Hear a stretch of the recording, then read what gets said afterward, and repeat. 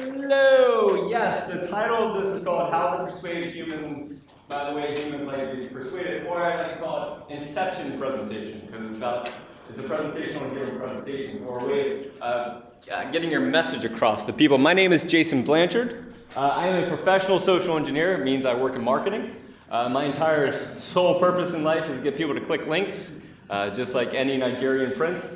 And so that is what I do on a daily basis. So I come from a marketing background, from comic books and filmmaking, and so I don't necessarily know how you do what you do, but you may also not know how to do what I do. So I have some particular set of skills that I'm going to try to explain here in the next 30 minutes. That is my Twitter handle. If you want to follow me on Twitter, I don't really tweet that much except when I'm going to give a talk. All right, so to get started, raise your hand if you're shy. Cool. There's like a lot of people right now like, I'm too shy to raise my hand. Yeah. If you didn't notice, I raised my hand too. So before we really begin, I want to let you know that I am a nervous, shy person. In real life, I'm just generally a shy person. When I'm on stage, it's a little different. When I'm working in a booth, I'm shaking hands, it's my job. But in real life, I'm a pretty shy person. I love and hate presenting. Like, before this happened, I was outside in the heat, just letting the sun cook on me. I took 10 deep breaths before I came back in here, and I walked in, and I was like, let's do this.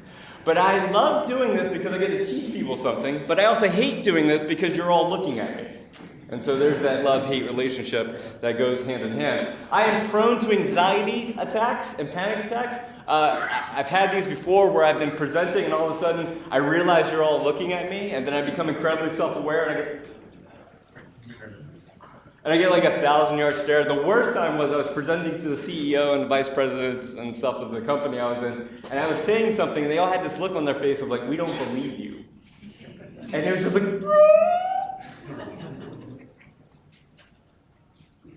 and I feel like it took 20 minutes for me to recompose. I'm sure it was like 30 seconds. No one even noticed, but it was fine. So it's internal. You may not even notice that I have like an anxiety attack or anything here today. But the reason why I'm telling you why all this happens is because I suffer from self-doubt and imposter syndrome and all those things. Like, you may one day suffer if you're giving presentations. But I'm telling you this because I still get up here and do this. So I never want your shyness or your anxiety attacks or anything that you think you may have keep you from ever giving a presentation and teaching somebody something. And especially when it comes to work and you have something to offer to other people, please don't hold back because you think you have these things. It's a thing that you just have to overcome. And I've been doing this for like 14 years, and I was telling these guys before we even started, I am nervous right now. But 15 minutes from now, I'll kind of seed into it, and then all of a sudden it'll be over. And then, all right, that's fine. Okay. I was born a storyteller. That's me right there on the left, age 7. And my brother took me to go see the movie Top Gun in the theater, age 7. And I don't know if you've ever seen the movie Top Gun, and maybe you haven't, maybe you have, but I was 7 years old in the theater. And these weren't like stadium seats and everything like we have now. It's like you sit in the theater. And I was 7 years old, and all of a sudden it's like, and I was like, 7 years old, like, what is this? And it's like Maverick, and he's like, we got a MiG. And I was like, what's a MiG? And it's and he like inverts, and then he flicks them off, and I'm like, oh, you're not supposed to do that. And I was just watching this movie, and it was like so awesome. Then he's on a motorcycle, and he's like, and I was like, cool. And it's like, hanging with the boys. You remember the volleyball scene? Yeah. And it's Kelly McGillis, and all of a sudden, like, something bad happened, and then, like, if you, spoiler alert, something bad happens, and I was sitting there in the theater, like,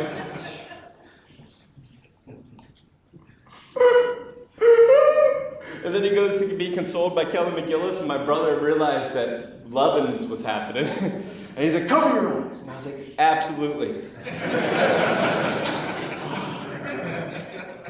And it's just like, I kept watching Top Gun, and then at the end, like, he finally found the strength to get back in the plane because he had lost it because of the bad thing that happened. And he gets back in the plane, and he chases off the bad guys, and when he gets back onto the aircraft carrier, and he lands, and all of a sudden, everybody runs over, and they throw him up on his shoulders, and he's like, yeah. And I was like, this movie's amazing. And I don't know if you remember the end, but he's got the thing in his hands, and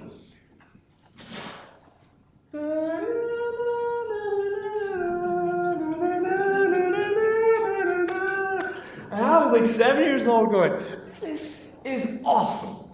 And I remember I went out and bought my own F-14s and all the Tomcats. I had my own little play, and I bought the soundtrack with my money, and I put it in my Fisher-Price tape deck, and I played that song all the time.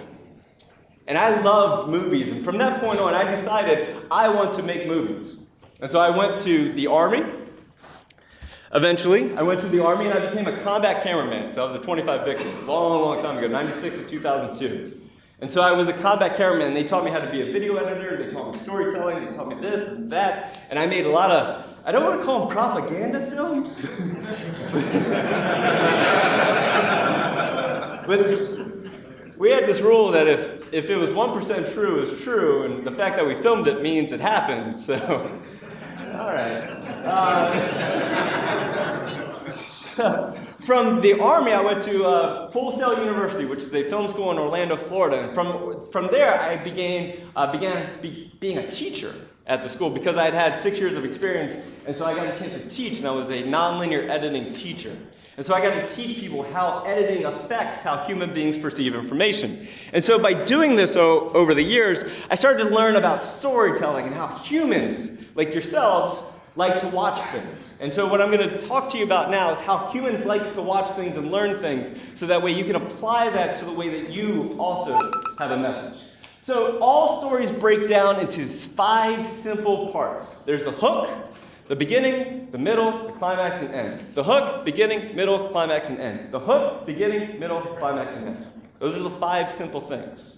A hook, beginning, middle, climax, and end. And what I want you all to start thinking about is that every time you tell a story, you do this. There's a hook, there's a beginning, there's a middle, there's a climax, there's an end to every single story you've ever told. It's just you may not have noticed it, or you weren't being intentional about it. But now that I'm explaining it to you, when you start hearing stories from now on, you'll start to hear the hook, the beginning, the middle, the climax, and end. And when you start to tell stories, you'll start to think in the hook, beginning, middle, climax, and end. And if you don't believe that you're a storyteller, on my next slide,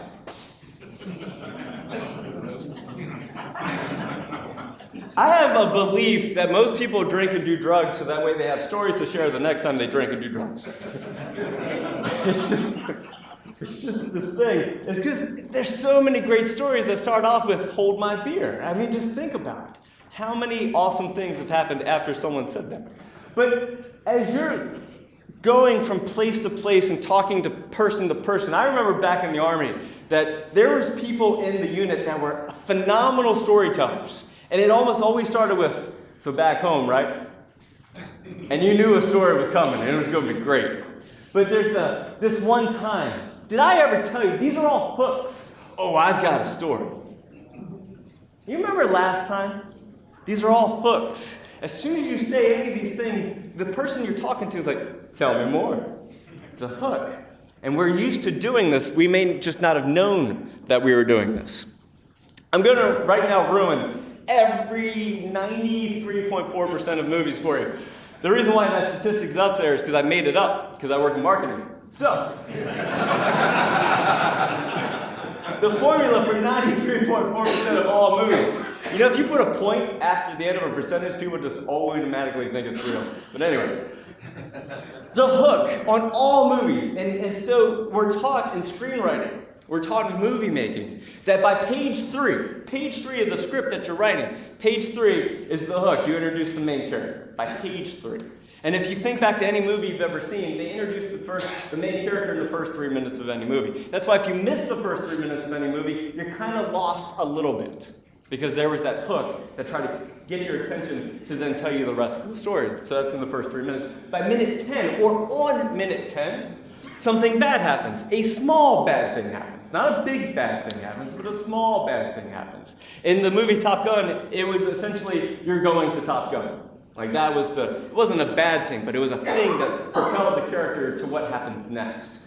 By minute 30, the hero goes on a journey to fix something bad. They're going on, if it's Frodo, he's going to return the ring into Mordor. So, if you think back to the movies, by minute 30, that's the beginning of the middle of the movie, and that's where the character is going off on the quest to do something. By minute 45, page 45 essentially, minute 45, and also, once I've taught you this, if you go back and watch movies, and you hit the pause button as you're watching it, you're like, damn it! He was right. Dang it.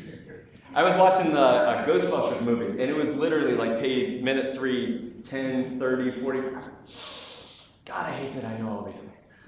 I remember when I taught at film school, the one thing is all people who went to film school loved making movies. By the 9th month in film school, they all hated movies because they knew how they were made. And so it's like, I know how the things were made.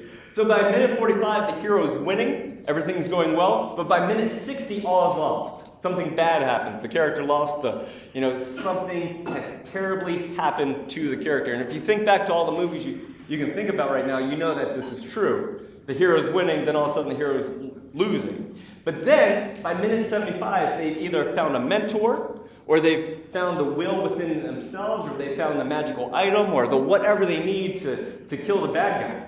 And by minute 75, you have the climax of the movie, and then that last 15 minutes or so is the hero winning. And then we have a thing that finish the movie as fast as possible. Don't linger. Don't sit around. Don't talk about this. You finish the movie as fast as possible. As soon as the climax is over, you're like, and done. And if you think back to your movies that you really enjoy, it will be like, woo! And it's done.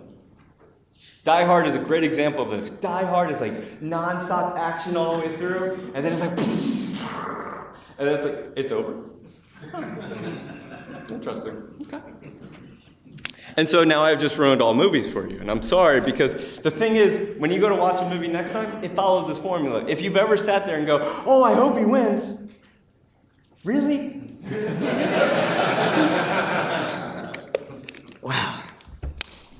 So, another thing, in editing. So if that's the story breakdown of movies, here's what happens to you, and here's what editors do to you on purpose. And once I've learned how this works, it was really fascinating and a powerful tool for editors to use.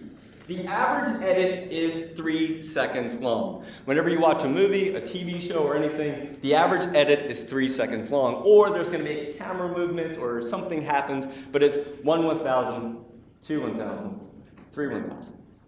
And the reason why is because your brain, which is this amazing tool, but your brain still takes 3 seconds to go, what do I see?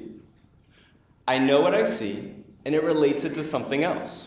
And what this looks like in your brain is you see on the screen a yellow house. And it takes a second for your brain to go, I see it, it's yellow, it's a house. So that's what happens in 2 seconds. But in the 3rd second, your brain goes, there was a yellow house like that in my neighborhood. It relates it to something. That's why when we watch movies, we cry, or we laugh, or we get anxious. Because it's not about what's happening to the character on the screen, it's about what's happened to us before, and as we're watching it, we're relating it to something that happened to us. Like The Notebook. Like when you're watching The Notebook and you're like, I hope I don't have to kill my wife. Is that what that movie's about? So you're relating it to yourself, but it takes your brain 3 seconds to do so. At 4 seconds, here's what happens to your brain, so a 4-second edit. Your brain says, I see something. It's a yellow house. There was a yellow house like that in my neighborhood. And then it makes one more leap in another second. There was a pretty girl that lived in that house. So it starts relating. So that's, I see a house. It's a yellow house. There was a yellow house like that in my neighborhood. There was a pretty girl that lived there. And so your brain is making those connections. In 5-second edits, and so that's 1 1,000, 2 1,000, 3 1,000, 4 1,000, 5 1,000. Your brain is so fast and so efficient, it goes, I see something. It's a yellow house. There was a yellow house like that in my neighborhood. There was a girl that lived there. I hated her. And now you're thinking about her, and now what's on the screen, you're like, and then that one time, oh my God. And then you're like, I wonder if she's on Facebook. Like that's, your brain just keeps making leaps. That's why if someone's ever boring, within a few seconds you're thinking about your checkbook or this or that or something like, oh, I forgot that at home. Like it takes 5 seconds to lose your audience. And I had that down there. It only takes 5 seconds to lose your audience. If you're not entertaining, if you're not giving new information, if you're not going to something else, it takes 5 seconds to lose your audience. I remember being a teacher that if my system ever went down or something ever did not work, I would continue talking while I fixed it. Wow, it's amazing that I have to fix this right now. All of a sudden, as soon as I get this hook back up, and it's back up. Thanks, guys. Because if I stopped talking to fix that, I knew that I lost everybody during that time. And so I had to maintain their audience, their attention the entire time. So that's 5 seconds. Do you see how fast it is to lose your audience?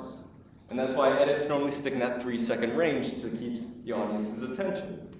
In 2 seconds, let's go the other way. In 2 seconds, your brain goes, I see something. It's a yellow house. But you don't really have time to relate it to anything else. Your brain is making a connection. At 1 second, your brain goes, I think I see something. I think it was a yellow house. Like it's just trying to search for what that is. And so, if you do faster edits, your audience is like, what's that? What's that? What's that? What's that? What's that? What's that? What's that? What's that? What's that? And so your brain is constantly trying to make connections. At half-second edits, your brain's like, I think I see something. There. It's like squirrel, squirrel, squirrel, squirrel, squirrel. And your brain is constantly trying to make connection after connection after connection after connection after connection after connection. And here's what's cool that happens to your brain. All that electricity, all that stuff happening up there, your brain starts to get a little overwhelmed, so it releases happy chemicals. It's like, prepare for something. And so it releases chemicals into your brain, and you get happy and excited. That's why movie trailers are cut in this range. Because it's like, dun, dun, dun, and you're like, was that a Millennium Falcon? What was that? Was that? Oh God, is that? Oh God, what am I seeing? And that's why they do the breakdowns afterwards. You're like, and then in this shot, and then this shot, because you didn't see it. But your brain was like, what's that? What's that? What's that? What's that? What's that? What's that? What's that? What's that? And you get excited. That's why after you see a trailer, you're like, ooh, damn, I can't wait to see that movie. Yeah, they know. So they're doing this to you. Here's why I'm telling you about this. Because I just did this to you. And I'm doing it to you right now. I'm speaking at a certain cadence on purpose. I was talking fast on purpose. I'm now talking slower on purpose. Because I want you to almost hang on each word. I could do this long enough to piss you all off. But I won't, because I'll lose your attention. But when you're giving presentations, think about this. When you want people to be excited about something, you speed up your cadence. When you want them to really sit in and listen and lean forward, then you slow down your words. And that's how humans like to receive information. There's a thing that I can do if I walk around the room enough, is if I walk through here, some of you wouldn't be able to see me, because I would be covered up by the person in front of me. One of the things about being a presenter sometimes is that you get to watch your audience. And what I love is that as I'm saying these words to you right now, you're taking it all in. And you're listening to it. And I can see on your faces, it's getting meta. Because you're like, oh, damn, he's doing that thing. I wonder what he's doing to me now. Well, let's talk about that. See, the thing is, I talked about a yellow house. And when I talked about the yellow house, I can only imagine that none of you saw that yellow house. Because in your mind, you got to picture your own yellow house.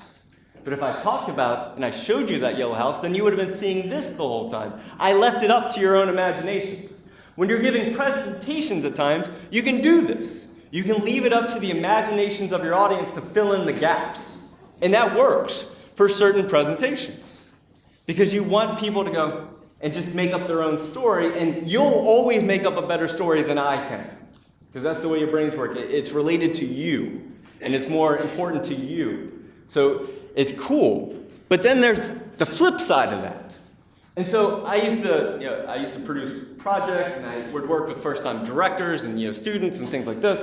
And there was a thing that this is what a film script looks like. If you've never seen one, this is what it looks like. It says fade in, interior, abandoned mine, day. A bear ball shines from a reflector atop a slender stand. A bubble-like helmet rises into frame, eclipsing the light. An astronaut-like figure in a hazmat suit reaches down to.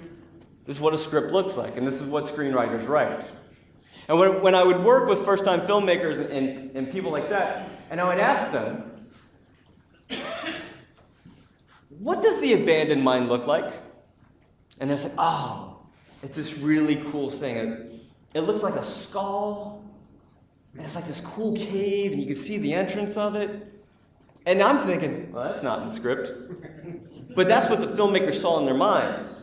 That's what they wanted to see on the screen. And so, all right, what's a bare bulb look like? Oh, it's like this old school, like cylinder bulb, and you can see the filaments on the inside. I'm like, that's also not in the script. And so what happens is, when you're telling your audience something, you're like, we need to buy a server. And they're like, okay. They're figuring out in their heads what that is. They're filling in the blanks. When you're not explicit, they're going to fill in the blanks with whatever they want to fill it in with, because that's how they perceive information. If you want people to know exactly what you're trying to say, you include attachments. The cave looks like this, the light bulb looks like that, and the helmet looks like this. At that point, you've just killed all ability of anyone to fill in the gaps themselves. And I want you to think about maybe presentations you've given in the past, or emails you sent, or something where you were vague, but you didn't think you were vague, because it was all up here for you, but the person who got it, they just filled in the gaps with whatever they wanted to fill it in with. And so when you need to be specific, be specific. But when you want to leave it to someone else's imagination, know when to do that as well. So how do you apply the things that I've been saying? How do you apply the words? I have to write emails. That's a part of my job. And sometimes when I have to write like a new email or this or that, I don't know where to start. I hate the blank page. I hate a blank page. Because a blank page goes, oh, that's way too many possibilities. It's just, oh, God. So what I do with a blank page to help myself is I write the words hook, beginning, middle, climax, and end. I just write those, and then I fill in the blanks. Because at least by putting hook, beginning, middle, climax, and end, I start thinking in that framework, and I go, well, the hook is, the whole thing crashed. The whole thing went down. That's a good hook. Don't you think that's a good hook? Like if you're sending that to someone, it's like, the whole thing crashed. I would want to keep reading. Yeah. The beginning, I pulled it all apart. I went on a quest to fix it. I went on a quest. And in my quest, I got it working. And then it crashed, worse. And the whole thing fell apart. Remember the story arc of the something bad happens, the hero goes on a quest to fix it, everything looks like it's going well, and then it gets even worse, and then there's a climactic part, and then you end it. So the climax is, to fix it, I have 3 solutions. And you can put the attachments in the emails. You can put specific solutions. So that way they don't have to fill in the blanks themselves. They can look at it and go, got it. Those are my 3 specific solutions. And then to end it very quickly, so you have all this, and this is why you can't have nice things. That's just what I'm saying. This is fast. But when you're sitting there thinking about how do I get my message across, I've talked to people who write pen test reports, and they're just really mean. It's like, no, don't be really mean. But in your pen test report, think about it as a hook, beginning, middle, climax, and end. And that climactic part, we'll talk about that next. When you're giving a presentation, so I'm giving a presentation right now in this classroom. When it was time for me to write this presentation, I sat down and I had a blank sheet of paper and I wrote the words hook, Beginning, middle, climax, and end. When you give a presentation, I want you to always do this when you give a presentation. Start it off by asking a question. Start every presentation off you ever give in your life by asking a question of the audience. A hypothetical question, not so they can answer it necessarily, not so that they can throw out answers, but I always like the raise the hand kind of question. And the reason why I like the raise the hand question is because all of you walked in here at 11:15 with your own thoughts and agenda and everything else going on, and you were like not sure what I was going to talk about, but you're sitting there, you're talking to your friends, or you were thinking about the last talk that you were in, and I needed you to stop all that and pay attention to what I was about to say. And so I started off with a question, and that stopped anything else you were thinking about, and you started thinking about the thing I wanted you to think about. Are you shy?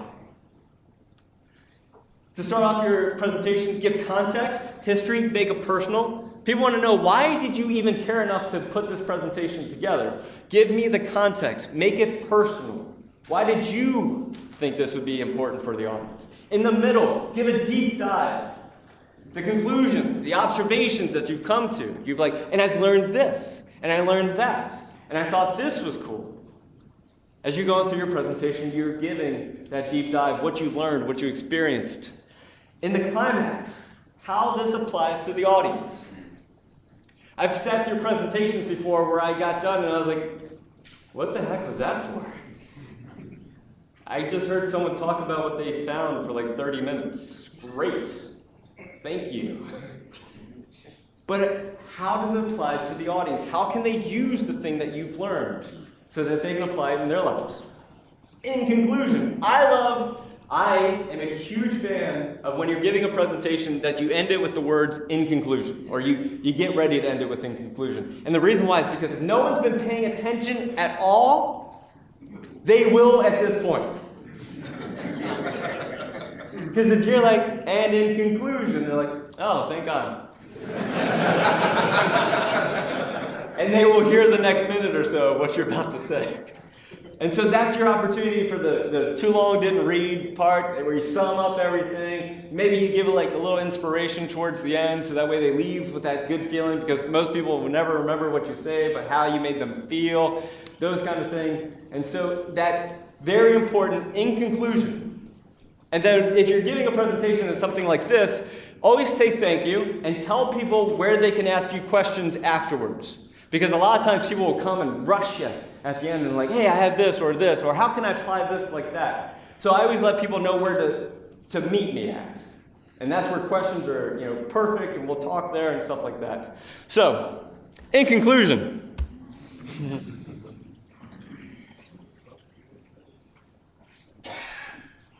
I talked about storytelling is just about the hook, beginning, middle, climax, and end. I want you guys to become more intentional about the way you tell stories. I want you to think about how the hook is presented, the middle, the climax, the end. I want you to think about that when you're writing your emails or giving a presentation or just expressing a message to anybody. And I want you to know that, like life, like here, like at work, we're all part of stories. We're always telling stories about something that happened, or we're in the midst of making a new story. But stories are awesome. I love stories. I love sharing stories with people because stories always remind me that I'm alive. And stories remind me that I'm alive because I'm in someone else's story, or they're in my story. And I think that's cool. And I think that's why humans have been telling stories ever since humans could talk. I'm available for questions at the Sands booth. That's where my day job is. I'll put on the other t-shirt and go back to work there. I will be giving away t-shirts after lunch. I hope you play Cyber City, which is on the 3rd floor upstairs. I am going to give you this one last takeaway. If you are interested in anything that I've said today about editing or about how humans perceive information, read In the Blink of an Eye by Walter Murch. This is a guy who's been editing films since they actually had to cut the film and splice it together. And those are some of the films that have gone on to win Academy Awards because he's phenomenal what he does, and he knows how you like to hear what you hear and see what you see. And with that, I'm done.